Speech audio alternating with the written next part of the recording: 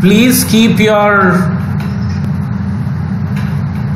mic off. Please do that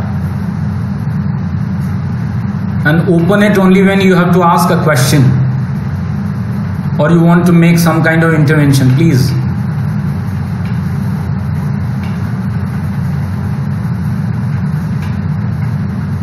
So we were talking about direct evidence vis-a-vis what we call hearsay evidence, and then direct evidence vis-a-vis circumstantial evidence. In the last class, I discussed in detail the reasons for preferring direct evidence, and as a matter of rule, with few exceptions, the reasons for rejecting hearsay evidence. I need not repeat all that. I had told you that one who did not see a fact about which he is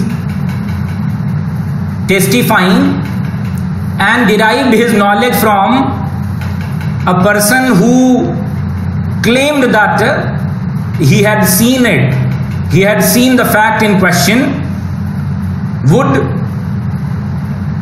never be properly cross-examined, and this is, I believe, one of the most important reasons for rejection of hearsay evidence as a matter of rule. I keep telling that rule is subject to several exceptions. Once we will be moving to the topic relevancy of facts, certainly we will be coming across several exceptions to this rejection of hearsay evidence, and that privilege that is attached to direct evidence. Now, before we discuss what circumstantial evidence is, and now we are going to compare direct evidence with circumstantial evidence, and we'll again be looking into this question that should direct evidence be preferred over circumstantial evidence. Now, when we are talking about this issue, I must remind you that in the two classifications that we are talking about, the word direct is common. Direct versus hearsay evidence and direct versus circumstantial evidence. But meaning of the word direct is different in the two classifications, in the two groups. This is what you need to keep in mind. So what is this meaning which is different from meaning of the word direct when used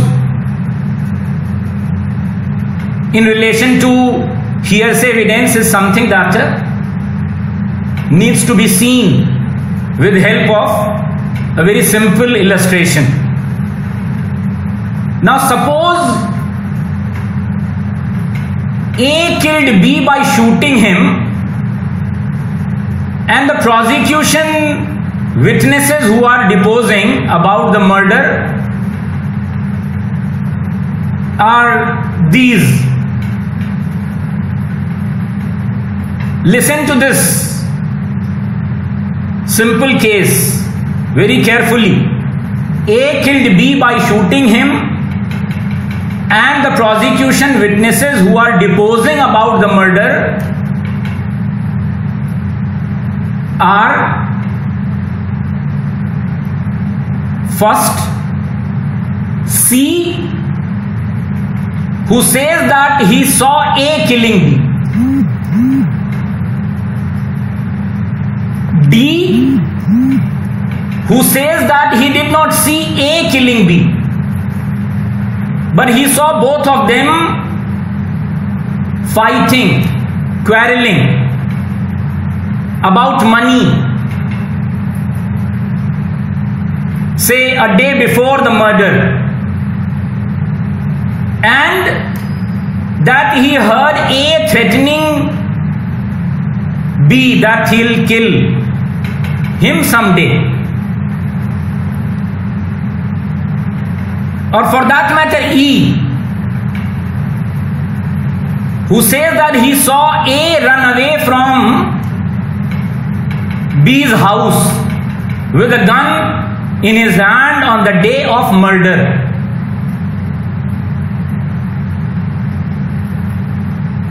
F,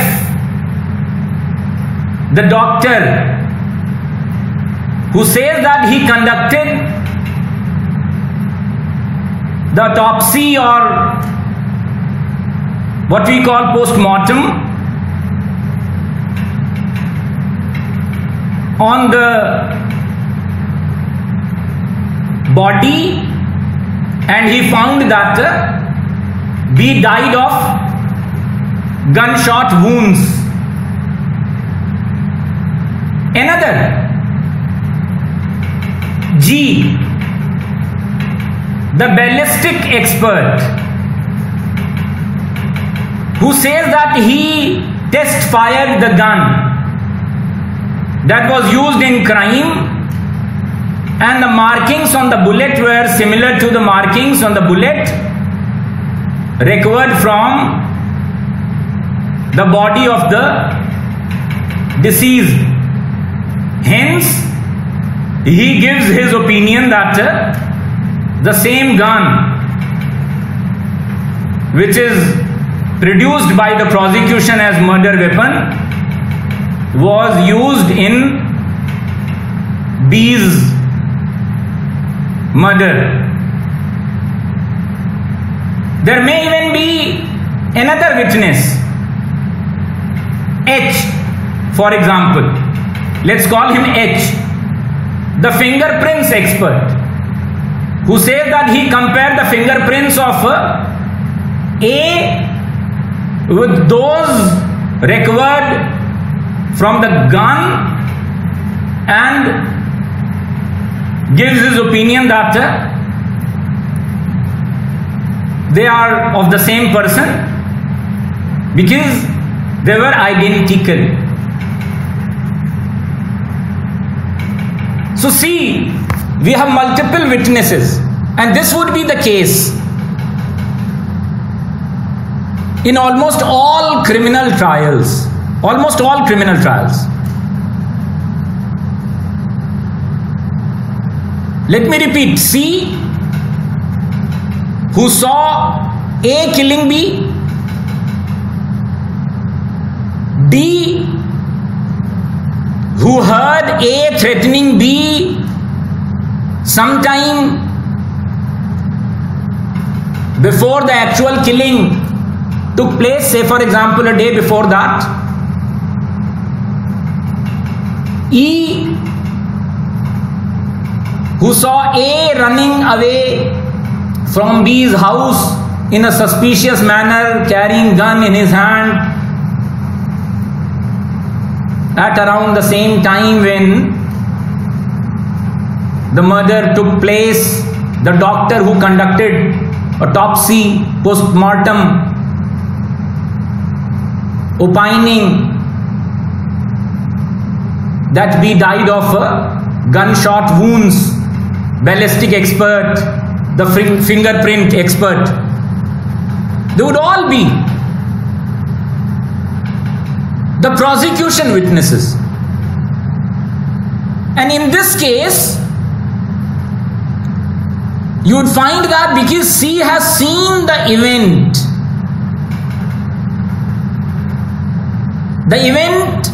of A killing B his evidence is called direct evidence.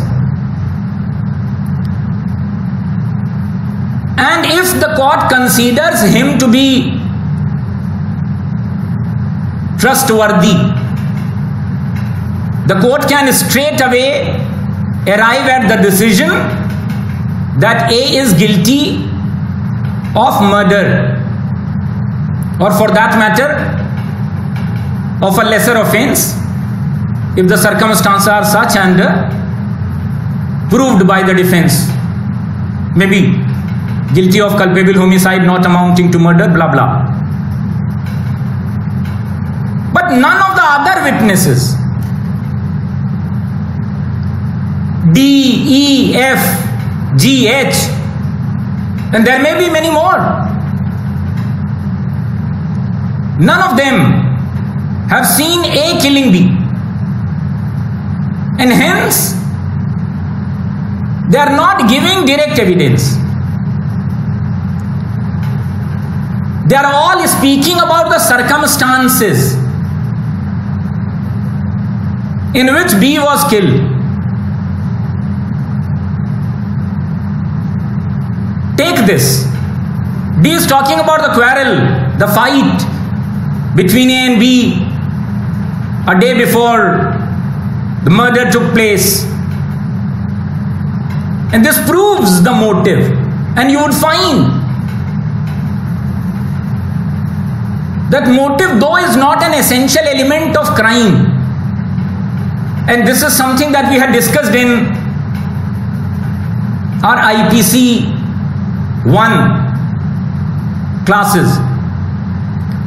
But the law allows evidence of motive to be adduced, because that evidence of motive lends credence to the prosecution story. Its absence is not fatal, but certainly if the prosecution is able to adduce evidence of motive, that would certainly be strengthening its case.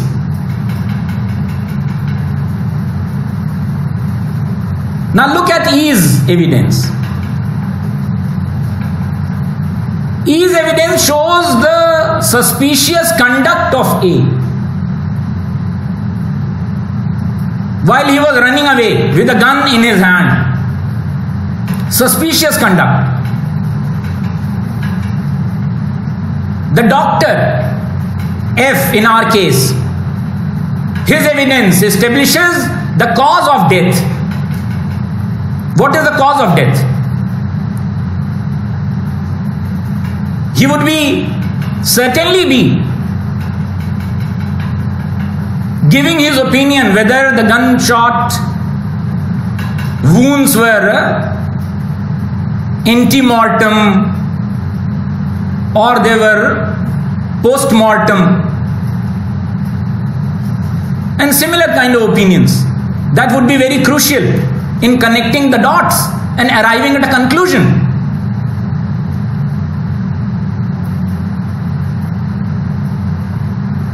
G's evidence, the ballistic expert's evidence, it seeks to prove that A's gun was used in the murder. The same gun which belongs to A was used in the murder. H, as I already said, the fingerprint expert, he deposes, he testifies that A was the man who used the gun against B. Therefore, if the court considers these witnesses as trustworthy, the court can draw the necessary logical inference that A was guilty. Circumstantial evidence may take the form of oral or documentary evidence, or what we call real or material evidence. While direct evidence does not require any inference to be drawn. C says that he saw A shooting at B.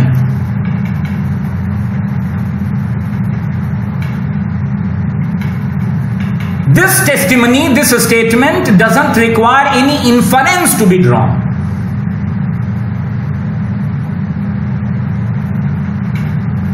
Circumstantial evidence, on the other hand, needs interpretation and logical construction of events. Interpretation and logical construction of events.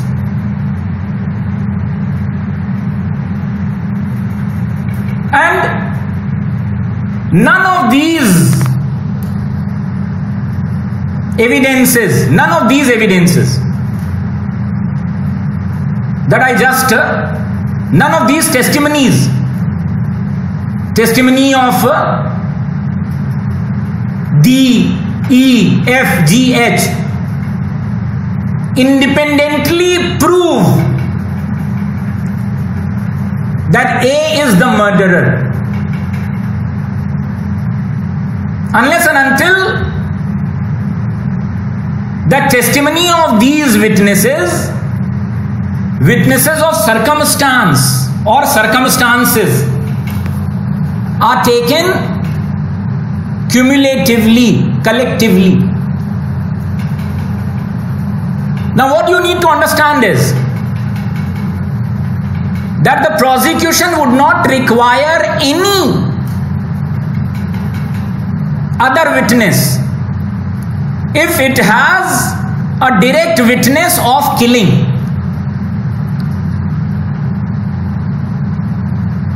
And the court believes in the version of the direct witness. The court believes that what he is saying is true or he is trustworthy. Certainly, no other evidence would be required. But as I already said that the court would not be taking the testimonies of D, E, F, G, H independently and drawing that inference that it may draw by independently considering the testimony of C, who is an eyewitness. Now which one is preferable then? We have already seen that between direct and hearsay evidence, the law prefers direct evidence as it is first hand and intrinsically more reliable. There is no doubt about its reliability. Then between direct and circumstantial evidence, what should be preferred? Whether direct evidence should be preferred or whether circumstantial evidence should be preferred. Jeremy Bentham, who has opined on these issues from both legal and philosophical point of view, he says that abstractly considered, it cannot be denied that circumstantial evidence is inferior to direct evidence.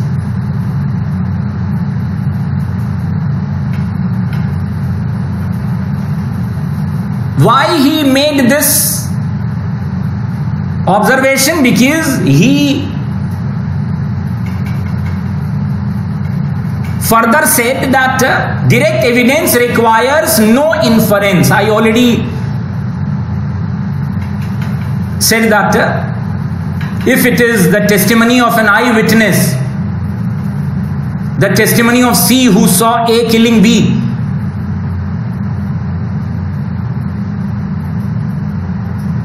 no inference need be drawn.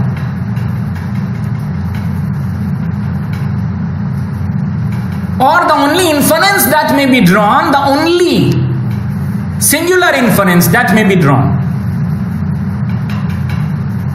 that A has killed B. Simple. Plain and simple. But on the other hand, circumstantial evidence can exist only by inferences. And he says that there is scarcely one which is not erroneous, meaning thereby the court may be mistaken in drawing inferences based on circumstantial evidence. Therefore, direct evidence would always be superior to circumstantial evidence, or to put it differently, the circumstantial evidence is inferior to direct evidence. Many other writers on law of evidence, Phipson for example, they have also said the same thing. They have also given almost the same opinion. Phipson says, and let me quote, that the superiority of direct evidence is that it contains at most one source of error, fallibility of assertion. Fallibility of assertion, meaning that by the so-called eyewitness may be lying. That's why when I had told you that how would the court act on C's testimony, who has been produced by the prosecution as an eyewitness, is not only dependent on what he says, but is also dependent on whether he is trustworthy or what he says inspires confidence.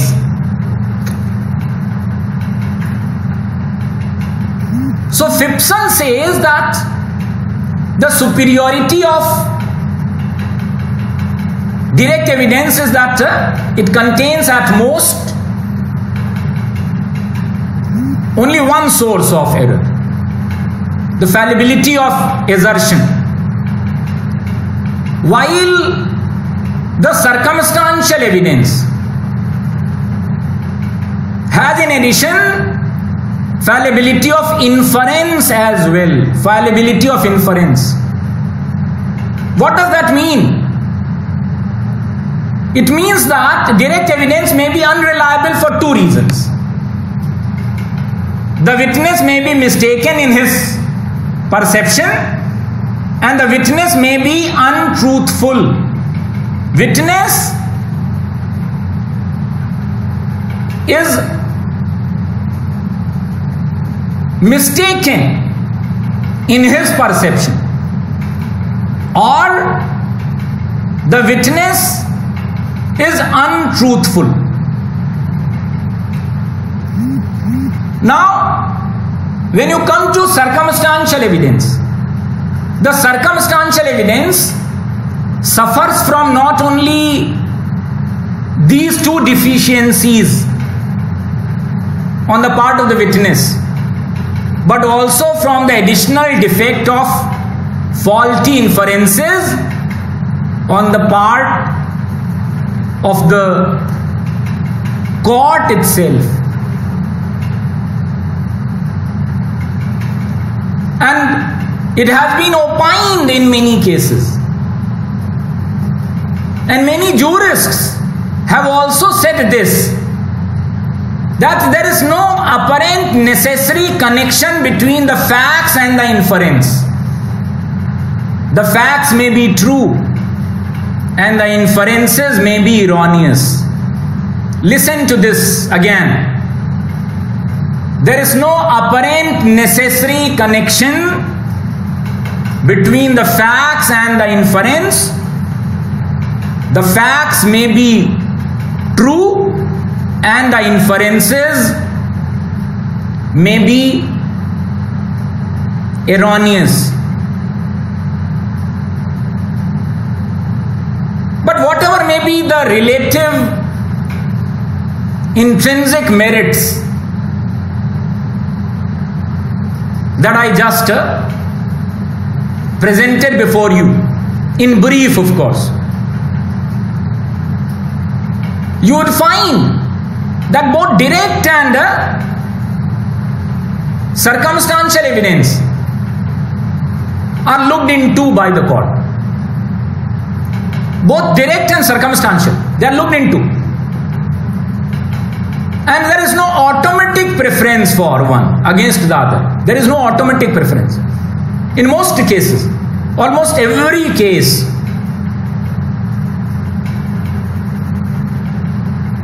the court would not be drawing its inference. The only inference that may be drawn based on the so-called direct witness. And even if there is a direct witness, even if the court deems that direct witness as trustworthy, certainly the witnesses of circumstances, like the ones that I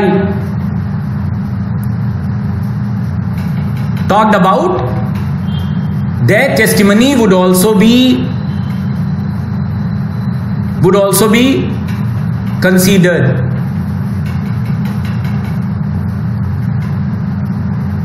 Because in such cases, you would find that even the direct evidence of the direct witness may not be sufficient to prove the nature of the offense. Let me explain this.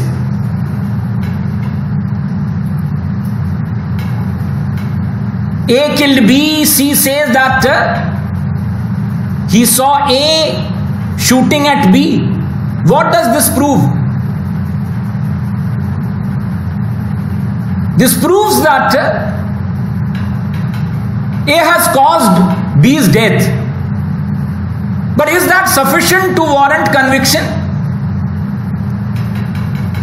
Is that all that the court may be looking into in order to fix criminal liability? So C's evidence, C, the eyewitness, even if it is truthful, when he says that he saw A killing B, it only proves the event of A shooting and killing B, but it certainly does not throw any light on the nature of the offense. There may be any number of possibilities regarding the nature of the offense, depending upon the actual circumstances that he either could not comprehend or had failed to see. For example, whether A was acting in self-defense when he shot at B, C may have arrived at the crime scene little late. He may not have seen that it was B who had initially threatened A with life, that he would be killing A. He only saw A shooting B. Can he be allowed to testify, and whether it would be reasonable and logical to allow C to testify that A fired at B in self-defense. Because if that is proved, it would not be an offense. That would be a complete justification. That C saw A firing at B also does not prove another very important fact. Whether A was insane at the time of shooting. Whether A was insane at the time of shooting. If A was insane at the time of shooting, certainly it's not an offense. C may not even be competent to testify and give evidence whether A was acting under grave and sudden provocation from B.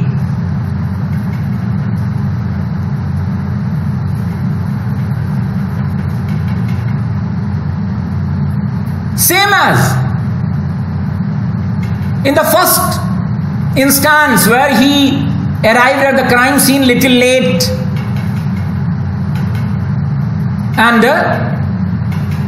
B had already threatened A with imminent death, instant death, and A shot at B only in self-defense. He may not be knowing that A was given grave and sudden provocation by B, and laboring under that grave and sudden provocation, he fired a shot at B. This grave and sudden provocation, if proved, would be reducing his culpability from murder to, as we know, culpable homicide not amounting to murder. Or even this. When you see the last exception to section 300 of IPC, you find that it's not murder, rather it's culpable homicide not amounting to murder if death is caused by the person who suffers death, that person's consent, provided that he is competent to consent, again meaning thereby that he is above the age of 18 years and otherwise also competent to consent. C says that he saw A shooting B, but he doesn't know that A shot at B because B asked him, or B suffered death by his own consent. If this consent is proved, that would again be reducing culpability from murder to culpable homicide not amounting to murder.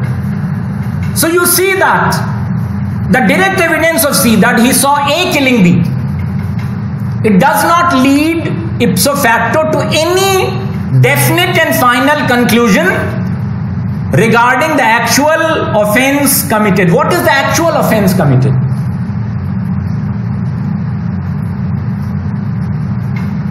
Or whether an offense is committed at all. As it won't be an offense if committed by an insane person. It won't be an offense if the killing was a result of exercise of right of private defense. Or it would be a lesser offense if killing was by consent of the deceased. Or killing was a result of grave and sudden provocation. There may be many possibilities.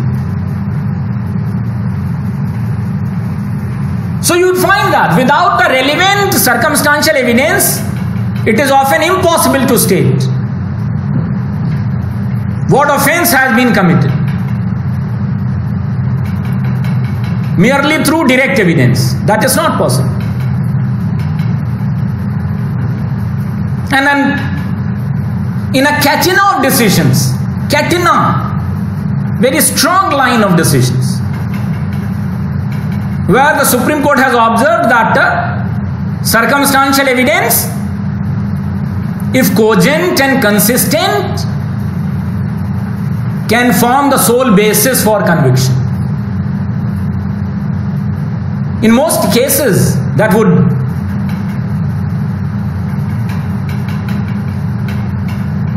come to the court for trial.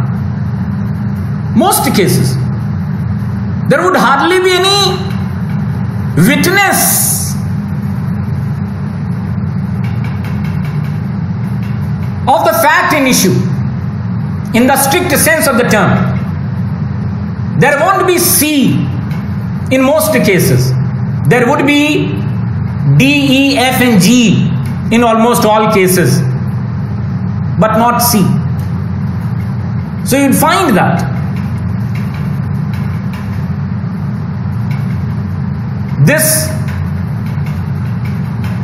statement that direct evidence is preferable over circumstantial evidence has to be taken with a pinch of salt and may not be true in most cases. But then it would also be of great interest to you to know that there is a very strong school which believes that circumstantial evidence is preferable to direct evidence. And the justification that they give, that why circumstantial evidence is preferable to direct evidence, is that witnesses may lie, but circumstances do not.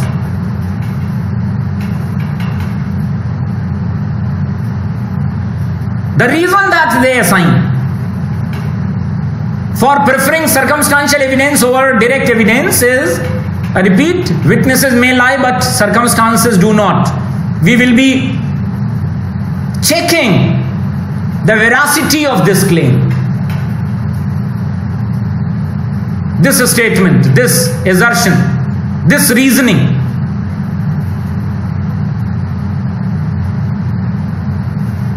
Many authors, many commentators on law of evidence as it applies in India and also in other parts of the common law world have opined that circumstantial evidence, if cogent and properly let in, is of better probative value than direct evidence. This is what they believe.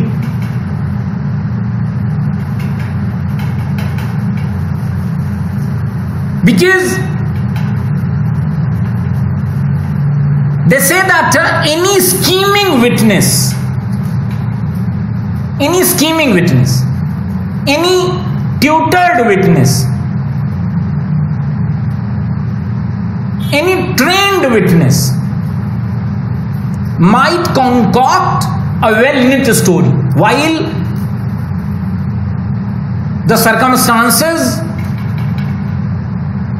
would be the circumstances as they are. And there is another reason that why circumstantial evidence should be preferred over direct. Samand is again a great supporter of this, and he has a valid reason for this support. He says that it's usually more difficult to fabricate a convincing chain of circumstances than to utter a lie. Consider the illustration with which I started my discourse on that what evidences are known as circumstantial evidences and what evidences are known as direct evidences.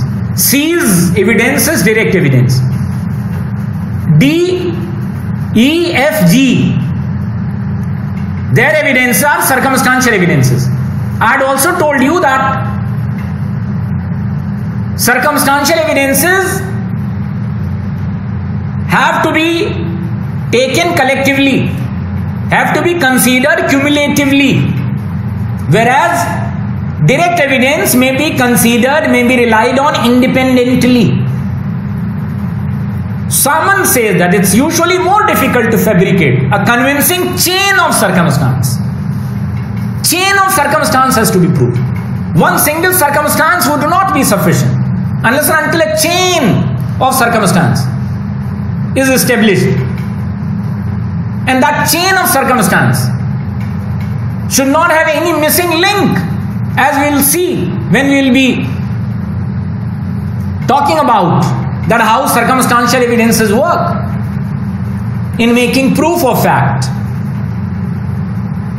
In absence of any direct evidence, or even if direct evidence is available, in order to corroborate that direct evidence.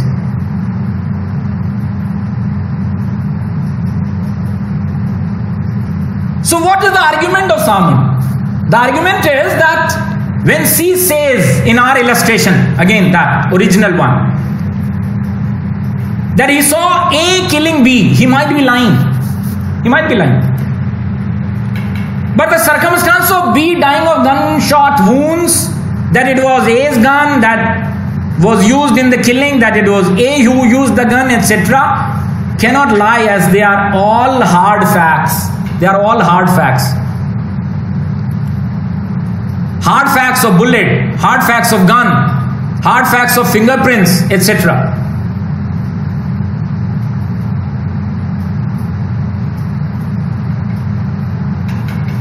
But then I leave you with this, that the so-called circumstances or the circumstantial evidences